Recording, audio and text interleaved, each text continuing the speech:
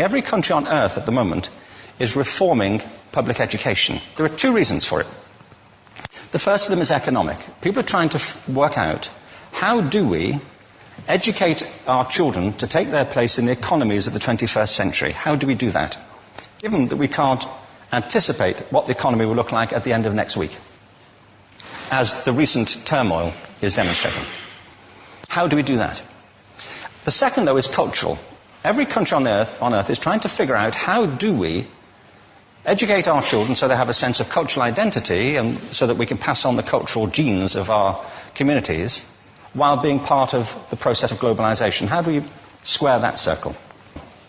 The problem is they're trying to meet the future by doing what they did in the past. And on the way, they're alienating millions of kids who don't see any purpose in going to school.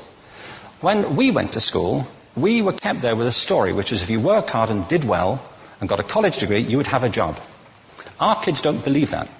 And they're right not to, by the way. You're better having a degree than not, but it's not a guarantee anymore. And particularly not if the route to it marginalizes most of the things that you think are important about yourself. Some people say we have to raise standards as if this is a breakthrough. You know, like, really, yes, we should. Why would you lower them? You know, I mean, I haven't come across an argument that persuades me of lowering them. But raising them, of course we should raise them. The problem is that the current system of education was designed and conceived and structured for a different age. It was conceived in the intellectual culture of the Enlightenment and in the economic circumstances of the Industrial Revolution. Before the middle of the 19th century, there were no systems of public education. Not really. I mean, you could get educated by Jesuits, you know, if you had the money. But public education, paid for from taxation, compulsory to everybody and free at the point of delivery, that was a revolutionary idea. And many people objected to it. They said it's not possible for many street kids, working class children, to benefit from public education. They're incapable of learning to read and write, and why are we spending time on this? So there's also built into it a whole series of assumptions about social structure and capacity. It was driven by an economic imperative of the time, but running right through it was an intellectual model of the mind, which was essentially the Enlightenment view of intelligence. That real intelligence consists in the capacity for a certain type of deductive reasoning and a knowledge of the classics originally, what we come to think of as academic ability. And this is deep in the gene pool of public education, that there are really two types of people, academic and non-academic, smart people and non-smart people. And the consequence of that is that many brilliant people think they're not, because they've been judged against this particular view of the mind. So we have twin pillars, economic and intellectual. And my view is that this model has caused chaos in many people's lives. It's been great for some. There have been people who have benefited wonderfully from it. But most people have not. Instead, they suffer this. This is the modern epidemic, and it's as misplaced and it's as fictitious. This is the plague of ADHD.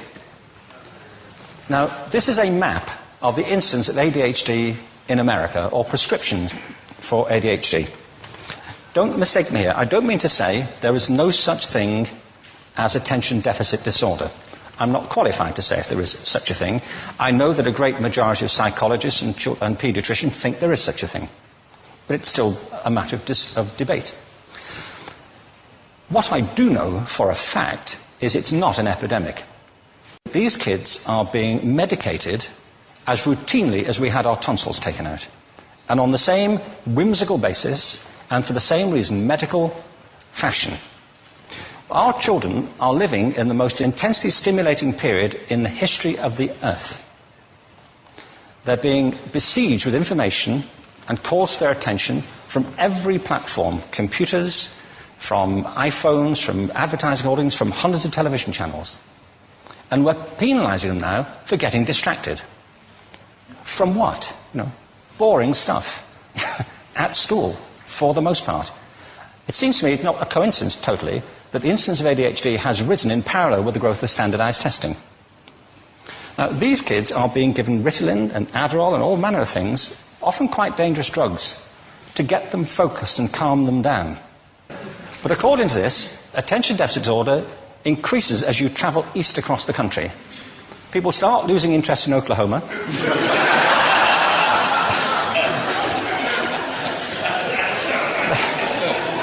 They can hardly think straight in Arkansas. And by the time they get to Washington, they've lost it completely. And there are separate reasons for that, I believe. It's a fictitious epidemic. If you think of it, the arts, and I don't say this exclusively of the arts, I think it's also true of science and of maths, but I say about the art particularly because they are the victims of this mentality currently, particularly. The arts especially address the idea of aesthetic experience.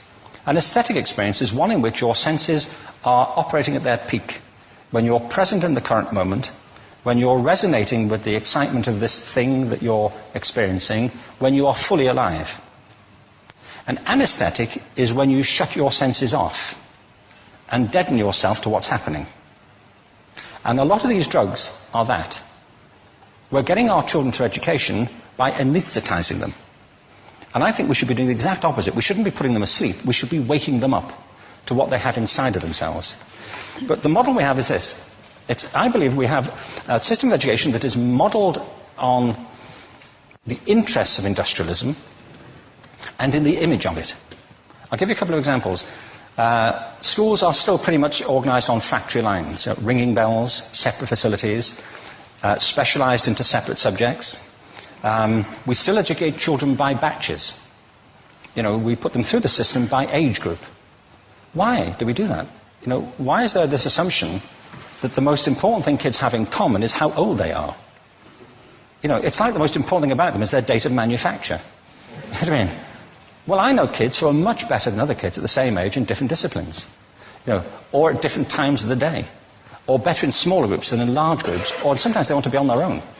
If you're interested in the model of learning, you don't start from this production line mentality.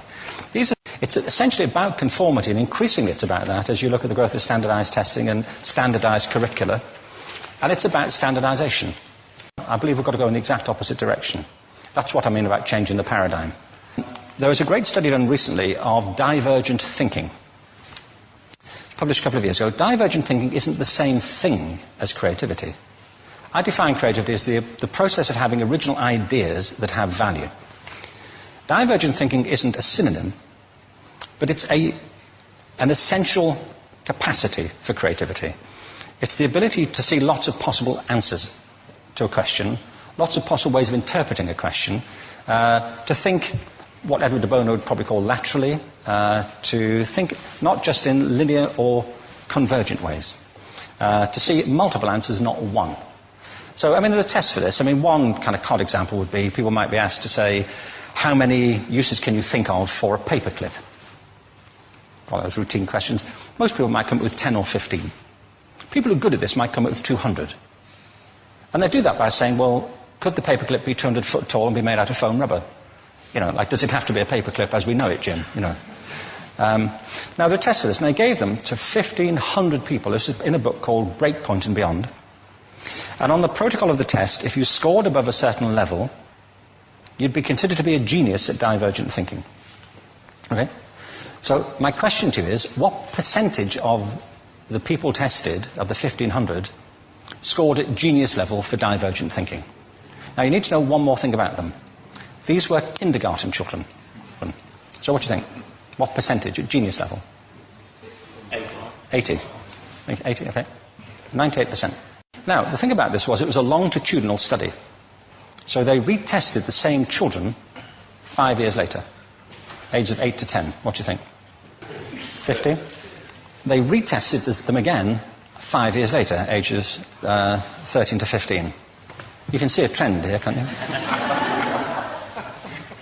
Now, this tells an interesting story, because you could have imagined it going the other way, couldn't you? You start off not being very good, but you get better as you get older. But this shows two things. One is we all have this capacity, and two, it mostly deteriorates. Now, a lot of things have happened to these kids as they've grown up. A lot. But one of the most important things that happened to them, I'm convinced, is that by now they've become educated. They've spent 10 years at school being told there's one answer, it's at the back. And don't look. And don't copy, because that's cheating. I mean, outside schools, that's called collaboration, but inside schools. Now, this isn't because teachers want it this way, it's just because it happens that way. It's because it's in the gene pool of education. We have to think differently about human capacity. We have to get over this old conception of academic, non-academic, abstract, theoretical, vocational, and see it for what it is, a myth. Secondly, we have to recognize that most great learning happens in groups, that collaboration is the stuff of growth. If we atomize people and separate them and judge them separately, we form a kind of disjunction between them and their natural learning environment. And thirdly, it's crucially about the culture of our institutions, the habits of the institution and the habitats that they occupy.